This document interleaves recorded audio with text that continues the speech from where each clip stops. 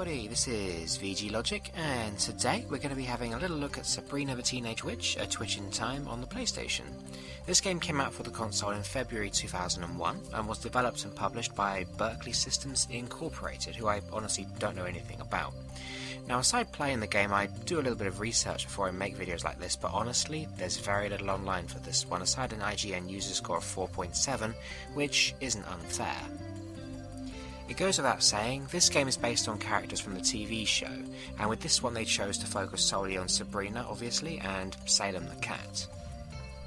The game is playable, I guess. I mean, the story's pretty basic. Salem accidentally lets this bad guy out called Chaos, and it's up to you to lock him away again. How do you do this? Well, you go to different time zones collecting symbols of the zodiac. Some of these are on your way and pretty hard to miss, and others will require some backtracking later on. When you first start the game, you only have the option to do the levels in sequence. Each level is short, pretty bland looking, and with a questionable soundtrack. It's just dance music, and since each stage is in a time zone of its own, some themed music to go with the time period wouldn't go amiss. It's not awful, but it's just an odd choice, and it really doesn't suit what's going on.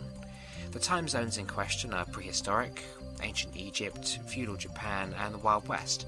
Sometimes the music does have the odd whine or hint that they wanted to make a match or connection somewhere, but it's just not quite there. Now, sadly for Sabrina, our gripes with the game don't just end with the music. From the moment it starts, the camera doesn't have a clue what it's doing. Now, with plenty of 3D platformers or adventure games on the PlayStation, you will find camera problems. It's something a lot of developers haven't got right just yet, but here it's pretty bad, honestly a bit worse than most. It's one of those games where the camera ends up being an obstacle itself, like an enemy that you can't hit. If you're close to a wall, you can get the camera stuck, and sometimes it can get stuck in places, forcing you to jump blindly at obstacles you can't see. It's annoying. The game gives you a look button, where you can see the world from just behind Sabrina, which can be enough to fix the problem, but not always. I mean, even when this does happen, it's a constant struggle to keep the camera on target and facing what you're doing. Another thing you'll notice is Sabrina can't jump properly. You'll never truly get the hang of it. And often it feels pretty inconsistent. For a lot of the jumps, you'll need to be a sort of pixel or two from the edge to make your mark, and even then, it's not guaranteed. It can be the camera's fault not letting you see things clearly, but it can also be because Sabrina seems to need a little run-up to make it across a few of the larger gaps, and sometimes you just quite simply don't have the space to do that run-up. However, if you can look over these flaws, you can start to explore the levels. Like I said a little bit earlier, they're bland, but they are playable. Each level gives you a host of different enemies. Now, some throw stuff at you or just charge at you, but it's nice there's at least a little bit of variety here. There are some enemies that are invincible and force you to keep on your toes, which can be tricky because, as I've said enough already, the camera ain't going to help you, but it does do a good job of mixing things up. With the dodgy jumping and movement, it's fortunate that Sabrina can look after herself in a fight at least. She has 2 attacks, her main one being a projectile that homes in on nearby enemies, which is great, and can dispatch her foes in 3 hits usually, if they're going to die at all. Her second attack relies on spell books you pick up around the maps. They are plentiful, so spam away with these, and they all do different things. I think the frog or freeze spells are the best, because they stop your opponent instantly. There is one where you drop an anvil on your opponent's head, but because it takes a bit of time to come down, it does miss sometimes. The other spells all offer a nice little selection of things. They either kill outright or they incapacitate. As I said, there's a few to pick from, and I appreciate the variety here. Once you've completed 3 levels in a time period, you fight the boss, and it's just another disappointment. Not only are the intros to all of them just plain out not funny. There he is, folks, straight from the cosmos itself, the one, the only, Mr. Sun God, Raw! Let's hear it for him! Raw, raw, raw! Welcome, blonde surfat! Come catch a tan in my cosmic radiance!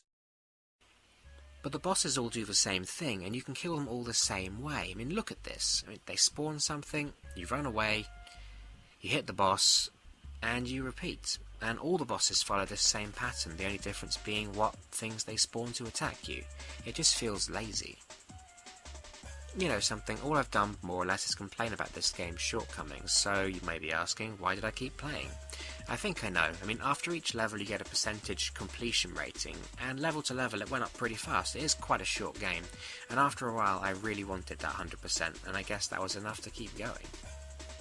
That backtracking I mentioned earlier, let me tell you how that works. There are some areas you'll come across that on your first try of some levels you just can't get to. However, once you've found certain items in different levels, they'll make these areas accessible on your second go. You will need to go back for these to finish the game, as normally they'll have a sign of the Zodiac waiting for you there. My advice is just to write down where these areas are if you see them. Also, write down the location of these doors each time you see one of them as well. These are very important, and they only let you enter with a certain costume on. Oh yeah, I forgot. When you beat a boss, you unlock a costume that you can wear to other time periods if you wish. They don't do anything else other than change how Sabrina looks and let you into matching doors scattered throughout the game. It's a bit of a shame that's all they do, but it's a harmless enough way to make you come back and collect all those symbols. So anyway, after we've kind of cleared our checklist for the game, we've got all the costumes, all the Zodiac symbols, and we've unlocked the final boss, Chaos himself. What do you do? What do you think this epic showdown's going to be like? Well, I'm sorry, there's another disappointment. You want to guess? You play rock, paper, scissors with him. Or cat, mouse, elephant, as this game calls it. I suppose by the time you're here, if you've played through this far, what did you really expect? At least it's not the same as the rest of the time zone bosses, and after that, the game runs a cutscene and very abruptly ends, and that's really it. So, in conclusion, it's not great. If anything, it's just disappointing. I mean, there's some good ideas here, but every single one of them is implemented poorly, and for everything good I can say about the game, I can unfortunately say a handful of bad things too. I mean, the graphics are okay, but the camera is not. The music is okay, but it has very little to do with the levels it's in.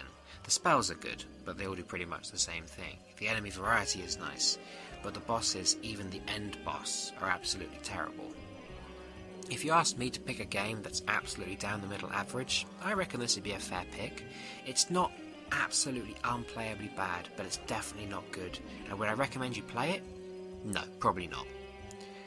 Well guys, I think that pretty much wraps it up for Sabrina the Teenage Witch, A Twitch in Time, so thank you very much for watching, and I'll see you next time.